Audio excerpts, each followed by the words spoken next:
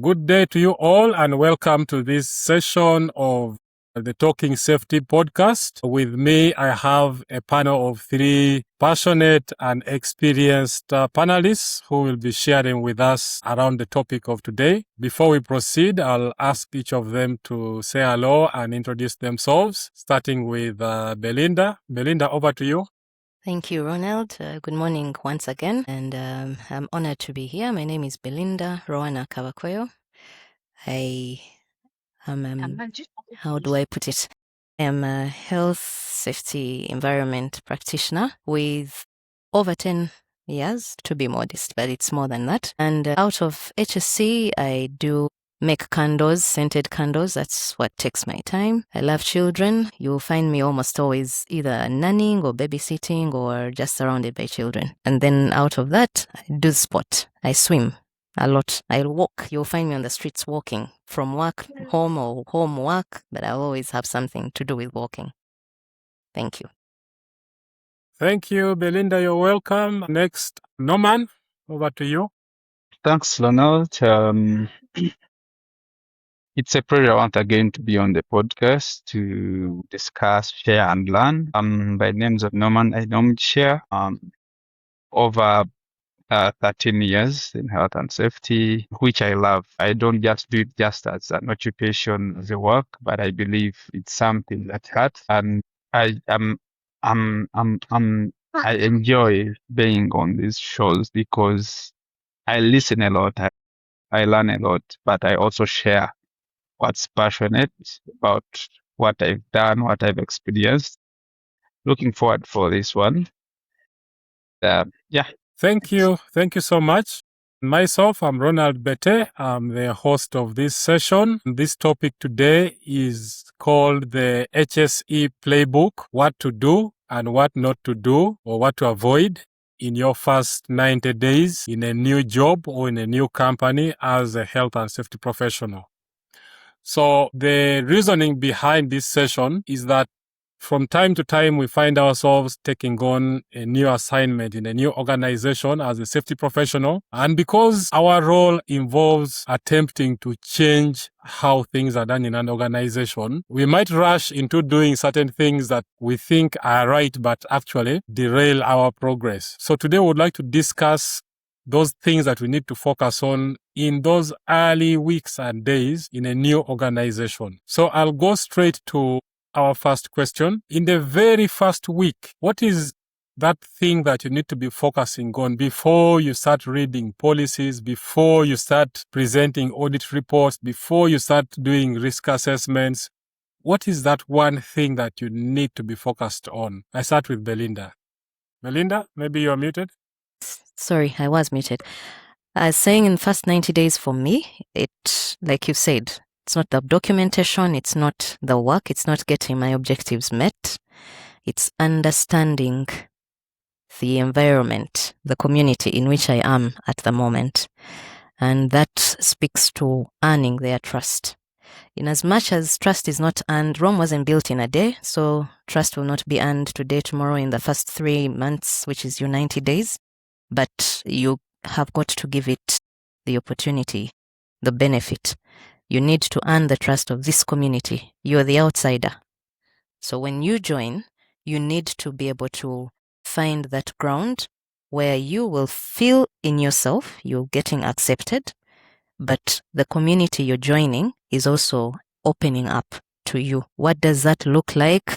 It's how would that present? It's you listening more to them, myself listening more to the other people than seeking to be listened to. The other aspect is listening not for excuses or reasons to blame, but where are the constraints and how do we get past this? Not how do I get past this? Understanding them before you seek to be understood. Also having clear communication. Have your what you would want done or what you're looking at to be achieved clearly communicated to the team. Of course, it's not going to be as easy. It doesn't mean when I get to listen, when I get to communicate, then they will accept. No, you'll also give time the opportunity to work this out on your behalf. but from you to the community and their trust. For me, that would be the first thing. Over to you, Ronald. Yes, I first of all, I lost you. I don't know what had happened. Anyway, let me answer to the question. My first week on job in a new company, there are two scenarios, but maybe I'm going to start on my first talk on my first job because I have some good memories. To go backwards, my first actual health and safety job was in Nairobi, Kenya, and in Turkana. I have a lot of history about that. I was approached, given an offer. I did not have enough background on the company, so I had to wait to reach site, understand my fate. I'm going to use the word fate because if you don't have the background of the company, if you don't have the actual scope, what I knew I was told was a logistics company. They were doing 100% logistics for Talo, Kenya. There you go. I arrived in Nairobi, I met the MD. The biggest advantage is that the MD was a person who had practiced safety for over 20 years. So he decided to do business. So in the introduction, he mentioned that it's like, I know it may be your first job, but the person that recommended me had done what we call competence assessment program when I was asked about on a drilling rig. That person came to do competence assessment program, and he was able to cite me and see how I worked, how I was active in risk assessment, in hazard identification. I was, and I think this is a lesson wherever we are or what we are doing. You may be a practitioner in the making even before you go into the deep dive. So I was identified, given an offer, my first in my line. After discussing and agreeing, we didn't talk even about money. The next day, I was flew to Turkana, and there was a rig move. We are going to move from one well to another. It was still exploration or drilling, which means a lot of distance. I was told we had over 50 trucks which were supposed to move, and they were coming from Mombasa. So I started setting my mind. I started understanding the work in bits. I did not have a full picture. So in this position, I was not interacting with the company organizational setup, but I was interacting with the main contract, the main company, which was Talo, Kenya. Good enough. The rig we were moving was a rig full of the same company which was in Uganda, was the same company in Kenya. It was Weatherford Drilling International. I had worked for it in Uganda, and this time I was going to Kenya to support it, move the rig. So I met people who already knew me, people who trusted in what I do. So I started looking at what tools can I use, because this was action. It was no longer about sitting with the HR and everyone to discuss your job description. I was brought on job to actually go into the front line and act. I thought about now vehicles coming in, what do? I need to pre-qualify them, inspect them, and see if they are fit for the job. To my supplies, the driver opens the door, he's wearing a short, he's putting on sandals, and he's speaking Kiswahili.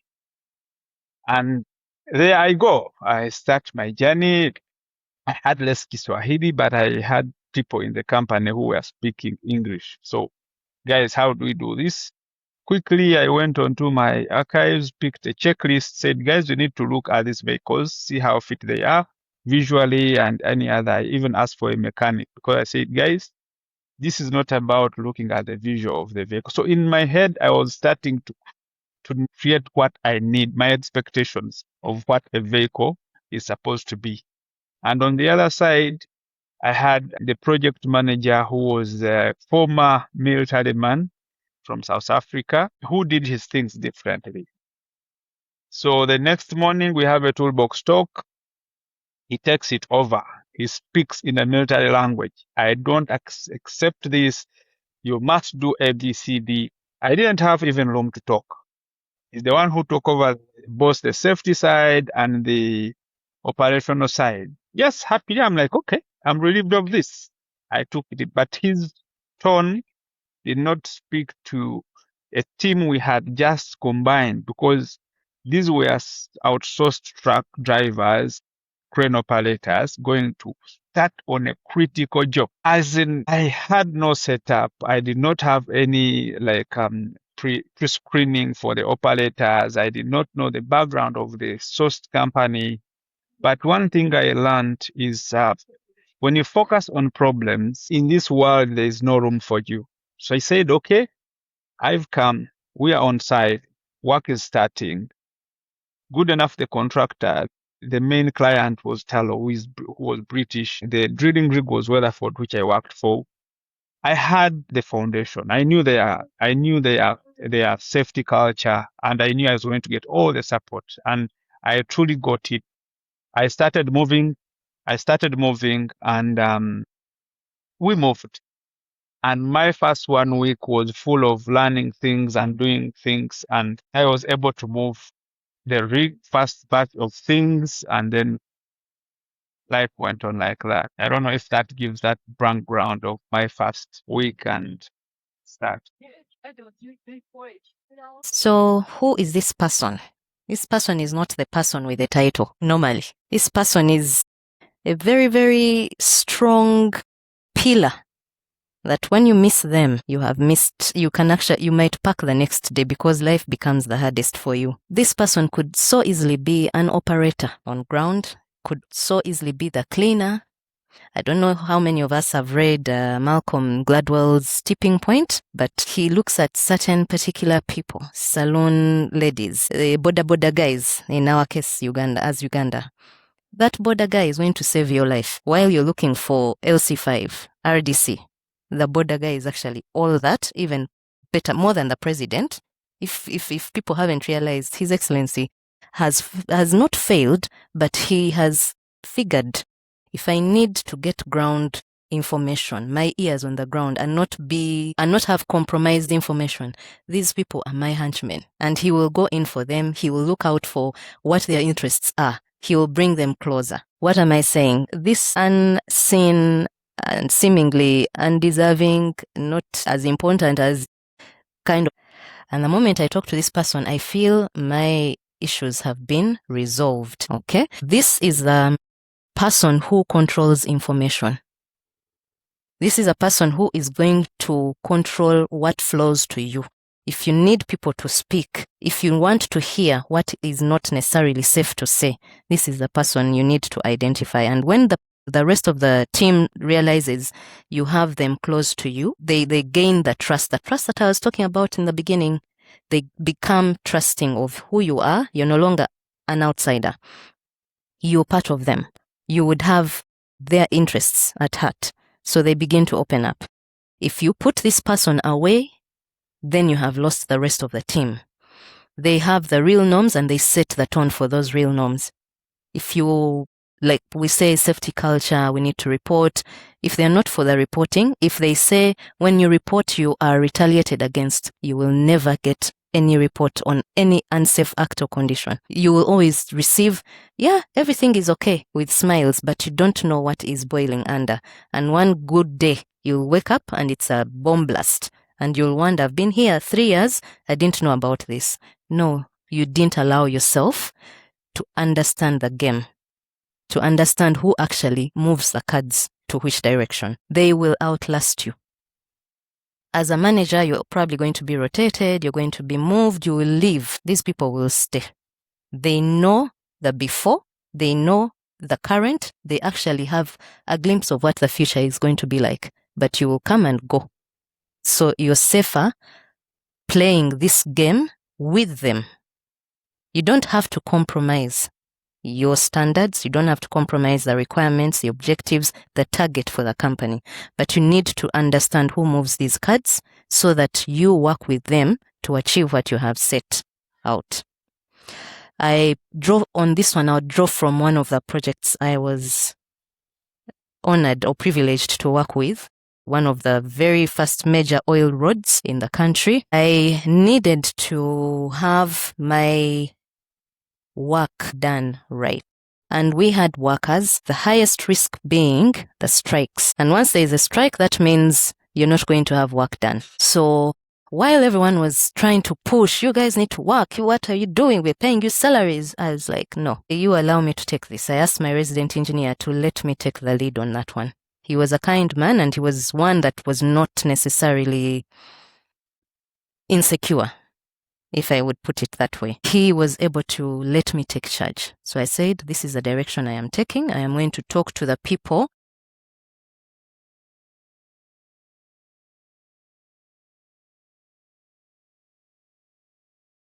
And